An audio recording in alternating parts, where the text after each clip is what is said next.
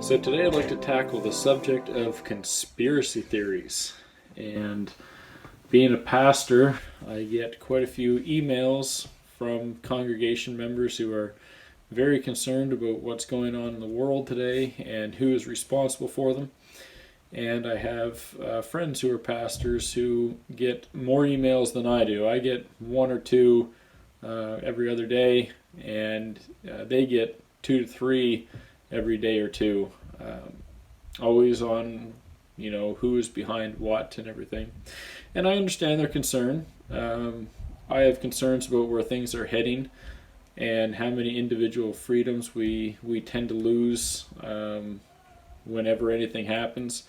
It used to be relatively easy to jump on a plane and head somewhere, and then some things happened and they tightened up, and then somebody tried to put an explosive device in their underwear, and things got tightened up.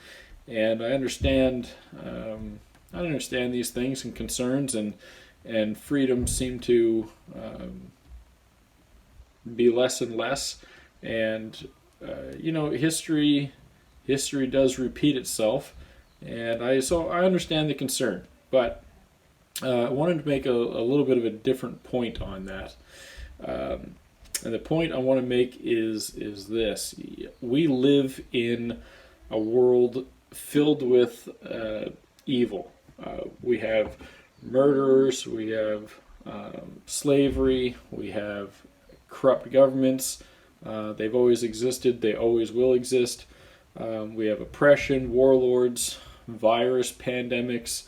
My Facebook is being flooded with some conspiracy involving some lady named Carol Baskin, and everything in between. And I have a line that I've been using in quite a few of my sermons, up to the point where we had the shutdown here with this COVID-19.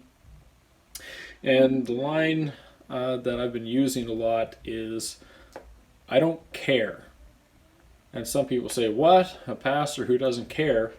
Well, let me explain. I don't care what shape the earth is, whether it's round or flat, a square, a squircle. I really don't.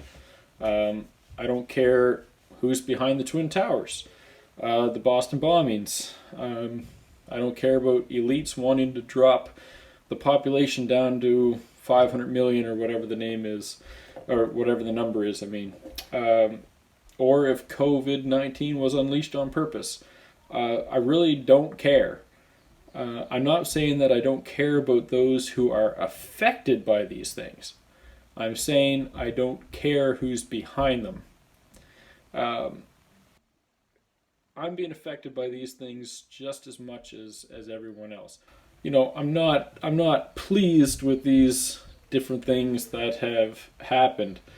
But that being said, like I said, I care about how people are affected, and I care that people lose their lives, and it's horrible things that happen.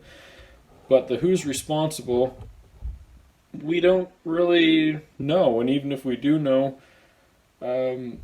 what benefit is that? The focus of Christians is Christ. The world is full of evil, and dwelling on evil takes your focus off of Christ. And many times, focusing on evil leads to fear and anxiety, and we shouldn't have that. If you remember, perfect love casts out all fear. And if we focus on everything that can hurt us or harm us, and the people that are behind these things, and elite bankers and controlling the economy, whether these things are true or not, it really doesn't matter. We know that in the book of we know that Jesus wins.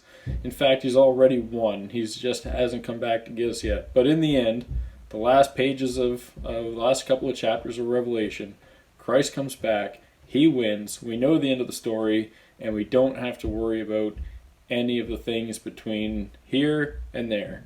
If we keep our focus on Him, everything that happens on this earth will go strangely dim in light of His glory and grace, as the song goes. So I hope you all have a wonderful day, and I'm hoping to release some videos on some Bible basics, showing how prophecy isn't necessarily all that scary, and showing how some of the great leaders and nations of the time were predicted long before they happened, like Alexander the Great and some others. So hopefully you'll be able to enjoy some of those. I'm going to gear it towards people who have very little biblical knowledge, and try and really make it very simple to get through some of these basic biblical principles and biblical study tools, and basically a 101 on these different topics.